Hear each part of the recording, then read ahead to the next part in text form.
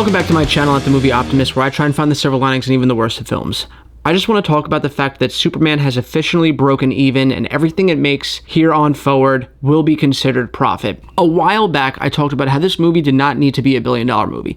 It did not need to be an $800 million movie. It did not even need to be a $500 million movie. It just needed to make something. I mean, if it made $100 million, they probably would have pulled the plug. But if it made like $300, $400, $500 million, even if that didn't break even, as long as the movie was received well and overall loved by critics and fans, it would have given them confidence to keep going. No business starts in a profit. It's absurd to think that way. If you are starting a business from the ground up, you are starting in a deficit, you are starting in debt, you invest money into yourself in hopes to one day turn the ship around and start making a profit. Netflix was in debt for like 10 years before they started turning a profit, and slowly as they built subscribers, they started becoming profitable. Disney Plus announced that they were first profitable like 3 years after they launched. Same thing with HBO. Superman is a new universe. It's a new movie in a new universe with characters that not a lot of people know outside of Superman, and it's carrying the baggage of a failed cinematic universe behind it. They were never expecting this movie to be a huge profit earner. They were expecting it to be good that would make people trust the quality of these movies going forward, and they're hoping to see an upwards trajectory like every business before it. And if you disagree with that, then you clearly don't know anything about business and you're just trying to push an agenda. That is literally how it works. And I know everyone's like, oh, well, the MCU movies, they were all making $1 billion. There's no reason why DC shouldn't. No, that is incorrect, because Zack Snyder torpedoed this franchise into the dirt. I've been arguing with so many people online talking about how it's not going to make as much as Man of Steel, so it's a failure. Batman vs. Superman made more money than this. Not for nothing. Man of Steel, I love, but the general movie-going audience did not. That's like saying everyone on the planet are dumb for not liking death metal. Clearly there are people that like death metal, but it's not the popular choice of music for grandmas and moms and dads. Like, that would be like R&B or just regular old school rock and roll. I understand that a lot of people loved Man of Steel, but it was not the superhero version of him that people wanted. The Christopher Reeves version. The version that saves a cat in a tree. I love that version. I love the choir boy. I love the goody two-shoes Superman. That's what I wanted to see, and that's what James Gunn delivered. And Zack Snyder took it in a much darker approach that not a lot of people liked. And then they came out with a Batman vs. Superman movie with Wonder Woman in it. 3 of some of the biggest superheroes on the planet, and it couldn't make $1 billion.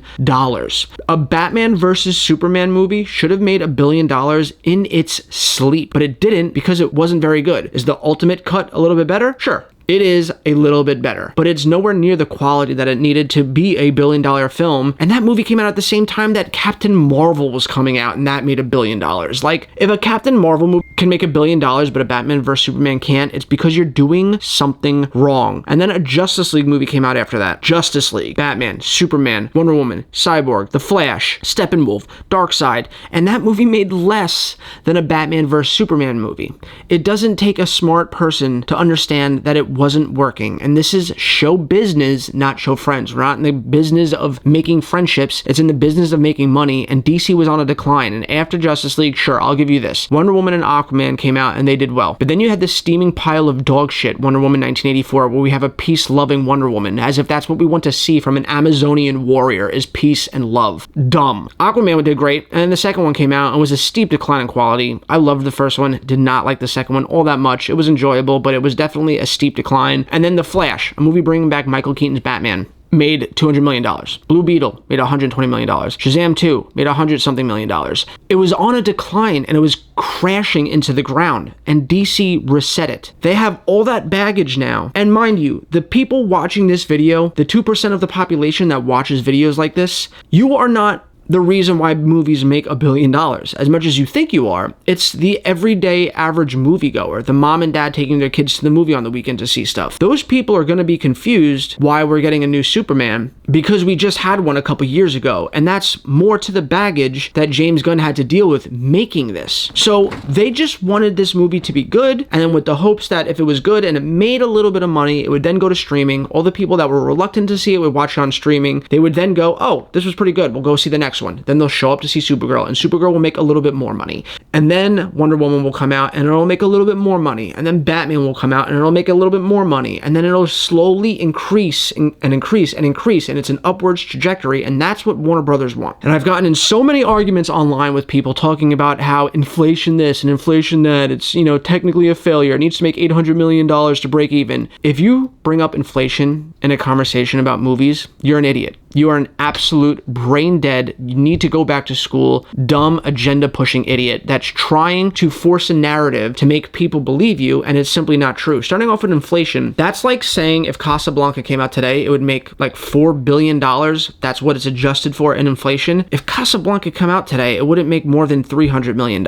It's dated, and the movie-going experience is a lot different today than it was 50, 60, 70 years ago. The movie-going experience today is different than it was when Man of Steel came out. Ticket prices were not as high. We weren't battling streaming services where a quarter of the population doesn't even go to movies anymore the way they did when Man of Steel and Iron Man 1 came out, because they're so used to streaming movies and they know in 45 days it's just going to be on HBO. You cannot bring up inflation without bringing up every other detail that makes the movie-going experience different today. To the people that talk about how this needs to make $800 million and the 2.5 production budget thing is ludicrous, you are also a dumb idiot that doesn't know what you're talking about. I worked in the industry, and yes, it is a fast and loose rule that they follow, but I was told specifically from higher ups at AMC that they follow loosely the 2.5 rule. What that means is if a movie costs $100 million to make, it needs to make 2.5 of that to cover all of its bases. It needs to make at least the production budget back of $100 million.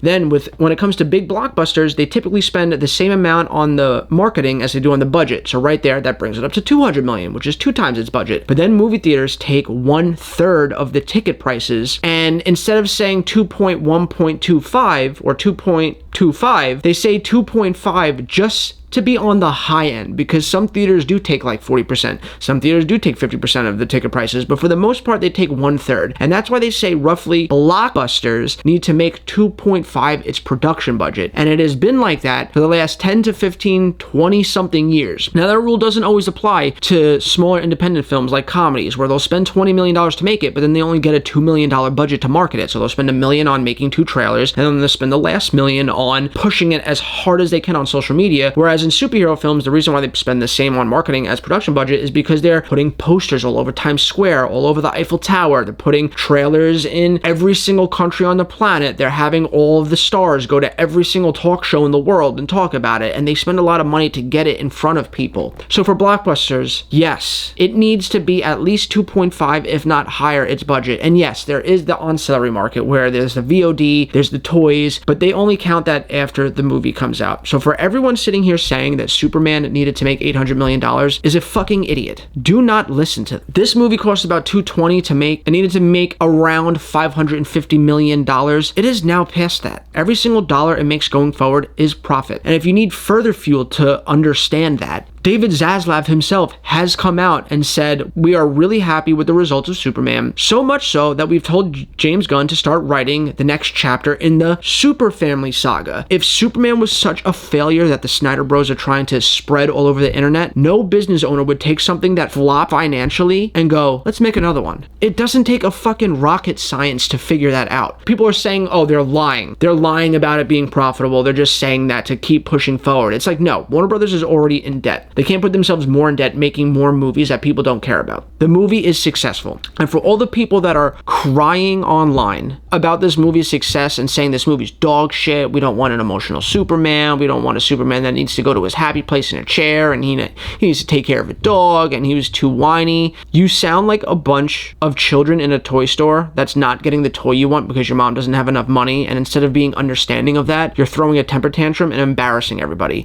You're embarrassing yourself, and you're embarrassing the DC fandom because you won't just move on. The Snyderverse was losing money, so they canceled it. You crying and bitching isn't going to bring it back because unfortunately you guys weren't a large enough group of people to make these movies profitable. So you're going to take it out on the rest of the world for not seeing your vision, and that's tyrannical. It makes you a loser. And most of these people are bald, overweight, fat morons that are probably getting cheated on by their wives, and they need to compensate for that by taking it out on their fandom online because they're too insecure with their own mental state. That's how I perceive you when you go out of your way to do stuff like this. It is one thing if you did not like Superman and you're like, you know what, I don't like this movie, but the Snyderverse is gone, I can't get it back, and I'm glad for the people that like it, but it's just not for me. I'm not going to watch going forward. My problem is with people that do not like this movie because it's not a Snyder movie, or because it's not dark and moody and emo like Snyder's version, which is not the version that most of the world wants. My problem was with the people that go out of their way to find Facebook posts or Instagram posts or Twitter posts of people genuinely happy with this movie, and then you comment in it like, oh, this movie fucking sucked ass, they don't deserve a sequel, yada yada yada, because that just makes you a loser and a bully. Like I said, it's one thing to not like it and just be like, not for me, but I'm happy for the people that like it. But to go out of your way to find people excited about it and try and bring them down, that is the most unheroic thing that you could do. It's the most un-Superman-like thing you can do. You're going out of your way to be a jerk and to bring people down because you're not getting your way. That makes you a selfish brat, and it makes it even worse because you're a middle-aged man. You're all adults crying like a little bitch online. And I get it. You have like one brain cell and you need to lash out like a child because that's what you are, is a